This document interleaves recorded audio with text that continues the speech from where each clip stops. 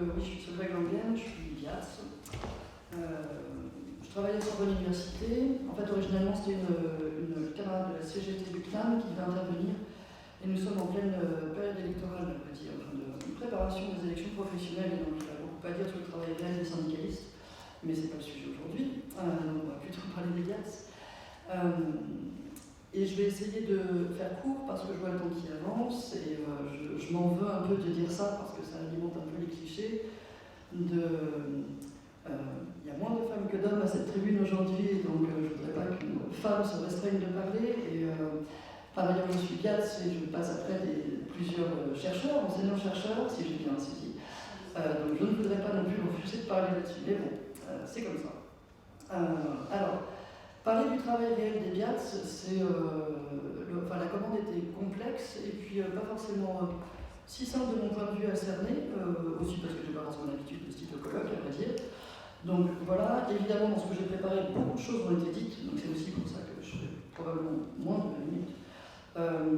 L'idée, c'était de rappeler un peu le contexte, mais qui a beaucoup été évoqué déjà, et puis ensuite de tracer quelques pistes, on va dire, mais en gardant bien en tête que on n'est pas du tout sur du travail de recherche ou du travail sociologique. Là, j'apporte vraiment un éclairage à la fois de personnes concernées, donc une expérience personnelle, et non pas uniquement personnelle, mais disons partagée avec les collègues que je connais et avec qui je peux discuter, puis une expérience syndicale, donc qui n'est pas forcément le même type de discours. Mais voilà. Et puis je voulais dire quelques mots du coup sur une enquête qu'on a faite, qui n'est pas une enquête sociologique, mais une enquête syndicale qu'on a faite récemment à Sorbonne Université sur les conditions de travail des collègues. Et les résultats sont à la fois de notre point de vue sans surprise, mais quand même assez intéressants. Alors sur le contexte, moi je voulais revenir sur le fait que les BIATS, et pas seulement bien sûr, mais travaillent et pour revenir sur ce qui a été dit tout à l'heure aussi, bien sûr, là je parle des BIATS, c'est pas forcément des cités littéraires, même s'il y a des choses qui sont similaires, mais voilà, c'est aussi un statut que je connais moins bien et des conditions de travail qui sont particulières en fait. Le travail dans les labos, je pense, n'est pas la même chose, comme je disais tout à l'heure, que le travail dans les services centraux, etc. Mais donc d'une manière générale, on travaille dans un environnement de travail dégradé, déjà un environnement matériel en fait, ça m'a beaucoup amusé là, de monter l'escalier, de voir, ça ressemble beaucoup aux escaliers de la Sorbonne. Par contre l'amphi est de bien meilleure qualité que ce qu'on voit à la Sorbonne, vu l'extérieur en tout cas. Donc voilà, on a des problèmes tout simplement de bâtiments qui sont bien souvent pas rénovés, etc. J'aurais pu faire un diaporama avec toutes les photos effrayantes de tout ça. Je dirais juste un mot de la Sorbonne Nouvelle. Vous avez peut-être entendu parler du déménagement de la Sorbonne Nouvelle, donc Paris 3, qui déménage dans des locaux flambant neufs mais inadaptés, où il y a quand même des dalles de plafond qui s'effondrent, c'est gênant. Donc il y a évidemment un manque de moyens, matériels dans ce sens-là, un manque de moyens aussi financiers. On a des budgets de fonctionnement qui sont pas en hausse, on va dire, même si je pense que c'est sans commune mesure avec justement le travail, tout le financement de la recherche. En fait. On n'est pas non plus sur les mêmes niveaux, sur les mêmes. Il y a une politique générale, disons, plutôt de réduction des coûts, mais c'est pas. On arrive encore à acheter des ordinateurs et des crayons pour travailler, mais bon. Un manque de moyens aussi sur les formations. En fait, un point sur lequel on voulait appuyer avec Christelle qui va intervenir à l'origine, c'était on constate en fait qu'il y a un certain nombre forcément de transformations numériques, comme dans la société en général. On avance de plus en plus dans l'informatisation des procédures, etc., bien sûr, et depuis un certain temps, mais c'est souvent des transformations qui ne sont pas accompagnées. Et ça se ressent très fortement dans le travail quotidien pour les collègues. Je prendrai un exemple, c'est en scolarité. Donc dans mon établissement, on a récemment eu la mise en place de Apogée, qui est un outil pourtant pas très moderne, mais voilà. Et donc un outil de gestion de scolarité que vous connaissez peut-être ou pas, c'est pas important, je ne rentrerai pas dans le détail de cet outil. Mais la mise en place, en fait, c'est donc une espèce de base de données, si on veut, bref. La mise en place a été très complexe parce que finalement, on se retrouve assez rapidement avec ceux qui savent et ceux qui ne savent pas s'en servir. Et ceux qui ne savent pas s'en servir c'est assez classiquement, je ne suis pas sociologue, mais enfin, j'imagine que c'est des biais assez récurrents, c'est assez classiquement les collègues les plus âgés et les personnes les plus jeunes sont plus à l'aise avec l'outil informatique, les personnes plus âgées un peu moins.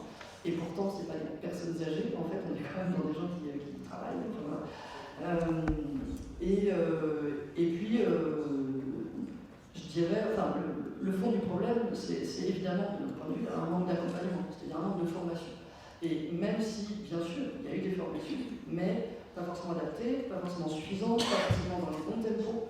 Quand on a une formation sur un outil qu'on ne connaît pas et qu'on va utiliser dans un an, ça reste un peu théorique. Et l'année d'après, quand on le met en place, eh ben, voilà, c'est un peu compliqué. Et ce qui est problématique de notre point de vue, c'est que, en fait, tout ça, tous ces éléments, ça crée toujours de la souffrance au travail. Et en fait, on voit des agents qui se sont dépassés, il y a des agents qui sont démotivés, qui, voilà, et sans forcément aller jusqu'au burn-out, jusqu'à la maladie, même si ça arrive, mais il y a aussi, dans ce contexte général, la question, on en a parlé déjà, de la paupérisation et de la précarisation des collègues. Alors, la paupérisation, nous, on entendait par là les questions de rémunération brute, en fait, enfin, pas brute dans le sens net et brut, mais tout simplement de la rémunération elle-même, qui est une forme de reconnaissance, mais qui est aussi nécessaire pour vivre au quotidien. Et on voit que depuis la création des différents statuts, en fait, il y a clairement une baisse du pouvoir d'achat, tout simplement. Par exemple, un ingénieur, donc on parlait du statut ITRF, on évoquait tout à l'heure, un ingénieur, donc plus 3, qui, à la création du statut en 1995, il commençait à 1,8 SMIC, il commence aujourd'hui à 1,14 SMIC. Donc voilà, il n'est pas encore au SMIC, mais bientôt. Enfin, on a bon espoir avec le gouvernement actuel. En fait. Donc les perspectives de carrière sont indigentes, enfin voilà, donc c'est une forme de paupérisation. Et il y a évidemment aussi l'aspect de précarité. Donc il y a davantage, je ne reviens pas là-dessus, mais ça a été dit, il y a davantage de plus en plus de contractuels. On est effectivement à peu près un tiers. Les chiffres ne sont pas tous les mêmes d'un établissement à l'autre, mais si je reprends ce que vous disiez sur l'université de Lorraine, sur Sorbonne Université, on est sur des pourcentages similaires, je dirais. Donc voilà.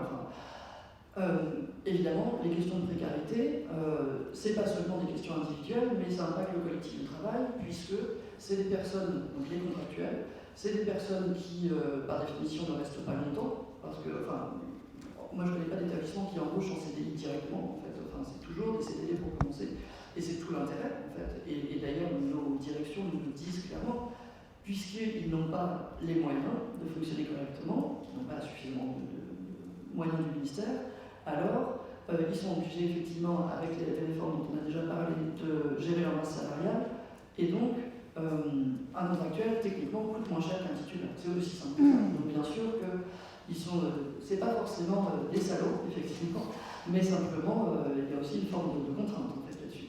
Et donc ça, c'est une des choses qui casse le collectif de travail. Et donc on voit de moins en moins d'opposition entre titulaires et contractuels. Il n'y a pas de discours, c'est pas ce qu'on constate, disons, dans notre activité syndicale, de discours très fort chez les PIATS, opposant les titulaires contractuels. C'était peut-être le cas il y a quelques années, mais la question, j'ai envie de dire, ne se pose plus, peut-être malheureusement, mais voilà, c'est quelque chose qui est actif en fait. Et l'autre chose qu'il faut avoir en tête par rapport à cette précarité des personnels, du fait qu'il y a beaucoup de contractuels, c'est qu'il y a une diversité des statuts qui est énorme en fait.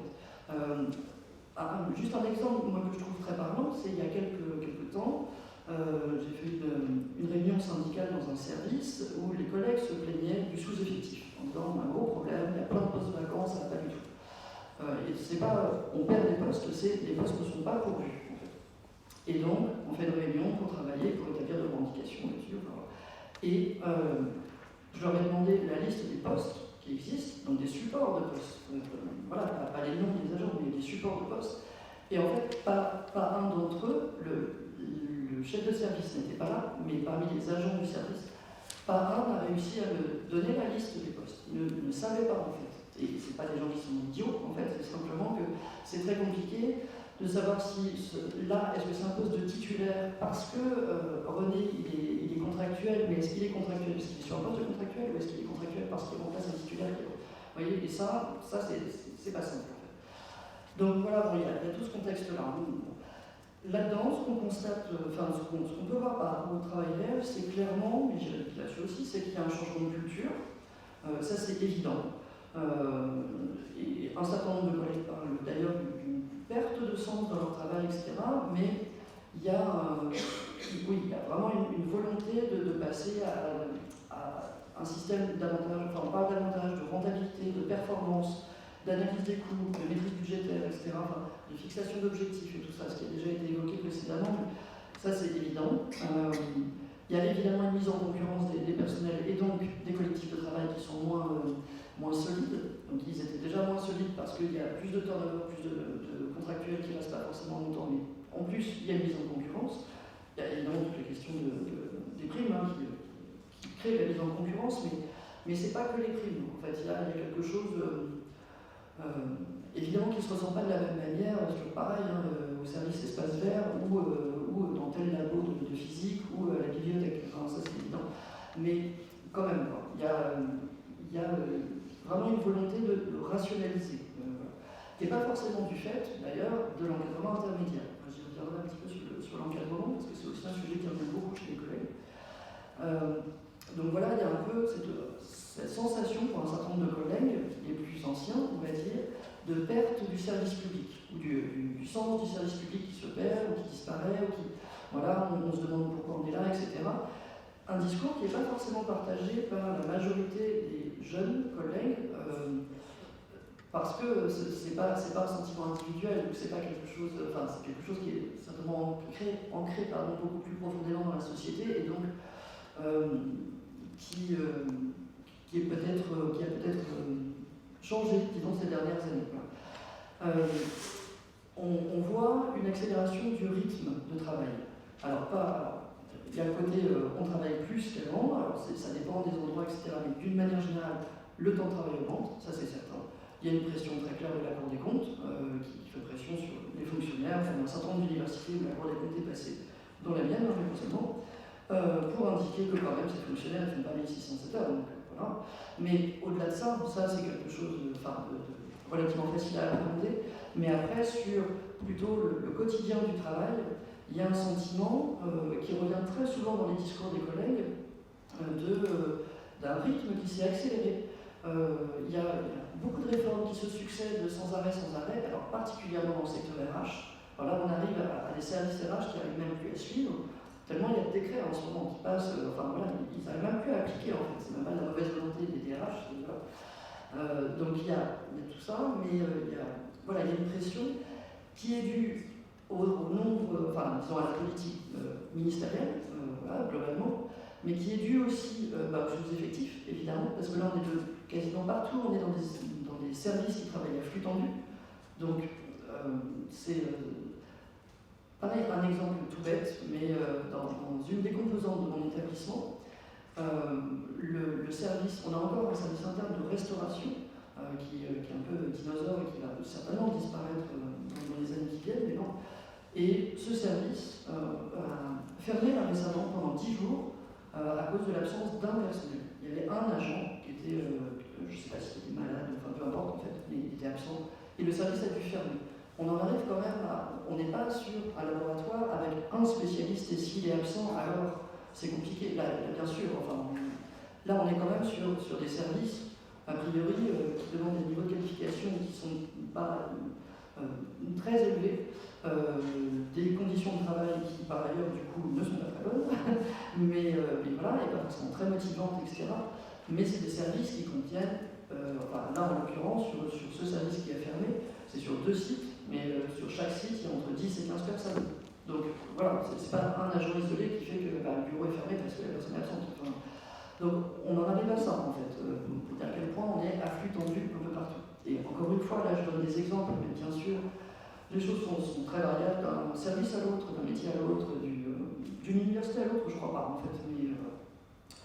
Mais donc voilà, il y a les procédures qui évoluent très régulièrement aussi. Et on finit par courir après. En gros, cette sensation qu'il y a des nouvelles organisations de travail qui sont mises en place avant même que les précédentes aient été intégrées, voire évaluées, ça s'est demandé, mais enfin en tout cas intégrées par les collègues. Et donc, voilà, c'est une course permanente qui est assez stressante, bien sûr. Et puis, donc, un mot sur l'encadrement. Donc, il y a une part de choc des cultures, mais en fait, dans un premier temps, en réfléchissant à notre intervention, on se disait, ce qu'on constate, c'est qu'il y a de plus en plus, alors évidemment, sans forcément avoir des chiffres précis sur toute la France et tout ça, mais disons, dans le discours des collègues et dans ce qu'on peut voir sur le terrain, de plus en plus d'encadrants sont des contractuels. Et avec cette sensation que la culture n'est pas forcément la culture du service public, et donc il y a un choc des cultures, en gros, entre, pour le faire de façon très caricaturale, entre des contractuels qui viendraient du privé, avec une logique managériale, et des agents du service public qui ne sont pas dans la même logique. Enfin, voilà. C'est pas si simple que ça en fait, parce qu'il y a de plus en plus de contractuels, ça c'est certain, pas seulement chez les encadrants, partout, aussi pour partie parce que tout simplement les établissements n'arrivent plus à recruter de titulaires vu la faible attractivité du métier et entre autres des rémunérations, mais d'une manière générale, c'est pas que la rémunération, je pense.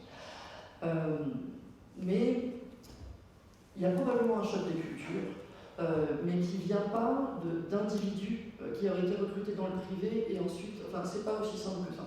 Parce qu'on peut aussi constater, quand on discute avec les collègues, beaucoup d'entre eux, et on peut, enfin, après à titre individuel, etc., le voir, ce qu'on peut avoir comme retour des conditions de travail dans le privé, ce qui ne veut pas dire grand-chose non plus, évidemment, enfin, je pense que le travail n'est pas le même chez Total ou dans la PME du coin ou au Franprix en face, etc.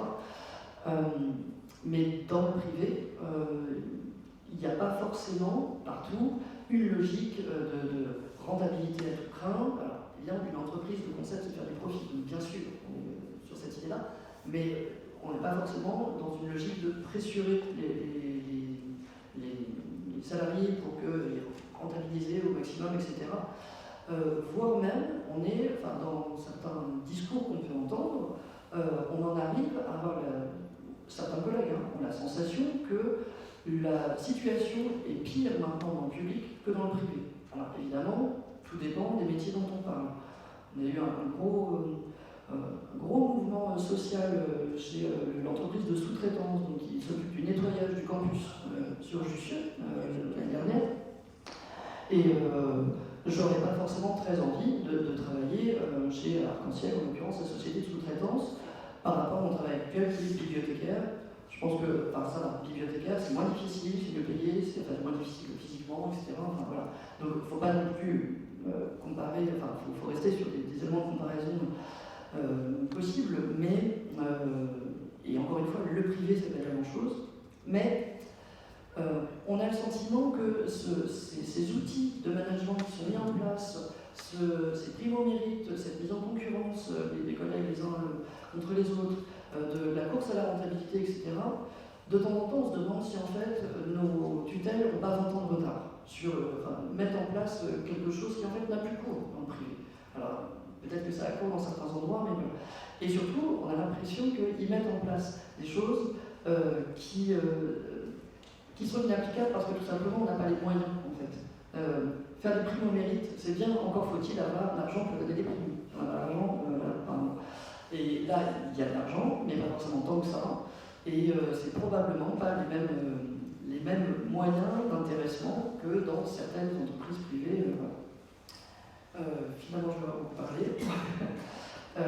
Quelques mots donc très rapides sur l'enquête qu'on a faite. Je ne vais pas dérouler tous les résultats de l'enquête, enfin, c'est pas forcément le sujet là, mais on a fait donc une enquête, donc, encore une fois à titre syndical, sur les conditions de travail sur l'université. C'est toujours très intéressant, c'est aussi toujours, enfin, à mon sens, très intéressant de se rendre compte que réaliser une enquête, c'est un métier. Et que voilà. On a eu un petit peu moins de 250 réponses, donc c'est pas inintéressant, c'est pas un panel énorme, mais voilà. Et quelques éléments en fait, qu'on trouvait intéressants, nous, c'était que dans les réponses, on a 30% de collègues qui disent qu'ils n'exercent pas les tâches pour lesquelles ils ont été recrutés. Donc c'est quand même un pourcentage important. C'est une enquête qui s'adressait à l'ensemble des personnels, donc enseignants-chercheurs compris, doctorants compris, etc. Mais dans la réalité, il y a une énorme majorité, 70% des marques de pièces qui ont répondu. On voit aussi qu'il y a 43% des collègues qui estiment que leur travail a perdu de leur sens. La question c'est, penses-tu qu'il y a perte de sens dans ton travail?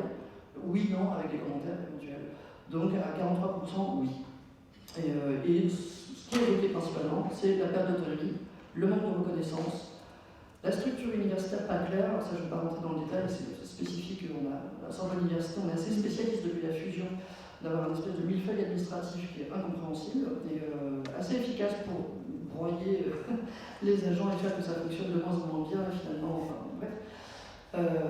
Trop de travail bureaucratique.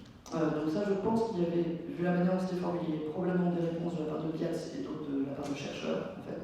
Parce que trop de reporting, voilà, ça sent plus, je pense, le travail de recherche que, voilà, mais donc il y avait quand même des réponses là-dessus. Et puis ensuite, évidemment, la surcharge de travail et perte du sens du service public. Voilà. Donc, enfin, là, j'ai cité les éléments dans l'ordre d'occurrence, en fait. Et ensuite, bon, il y avait des questions, évidemment, nous qui nous intéressaient sur les questions salariales, puisque notre objectif est de mettre en mouvement les collègues. Enfin, voilà, on est dans une logique syndicale, donc voilà. Mais quelques éléments là qui me paraissaient intéressants par rapport au débat d'aujourd'hui. Et donc voilà, pour conclure, enfin, nous, l'impression qu'on a, c'est que on a le sentiment qu'il y a une logique de réduction des coûts, de rentabilité, etc., enfin, ce que j'ai déjà dit, de réduire les effectifs, enfin, voilà, de rendre les agents publics responsables du fait que ça fonctionne mal, alors que, bah, en fait, ils n'ont pas les moyens forcément de faire, et puis ils n'ont pas les moyens en effectifs, etc. Et il nous semble, nous, qu'il y aurait des alternatives beaucoup plus intéressantes, voilà, qui, des systèmes qui permettraient aux agents de reprendre la main sur leur travail, de faire travailler l'intelligence collective, parce que c'est quand même en général les agents du service qui savent le mieux comment fonctionne leur service et comment il faudrait que ça fonctionne au mieux, enfin, et pas forcément le directeur, etc., qui allait un peu plus loin et qui est éventuellement un peu hors sol. Et voilà, enfin, de redonner aux collègues une capacité à élaborer même des solutions, en fait, pour améliorer le travail et les conditions de travail, mais améliorer les résultats de leur travail. Voilà.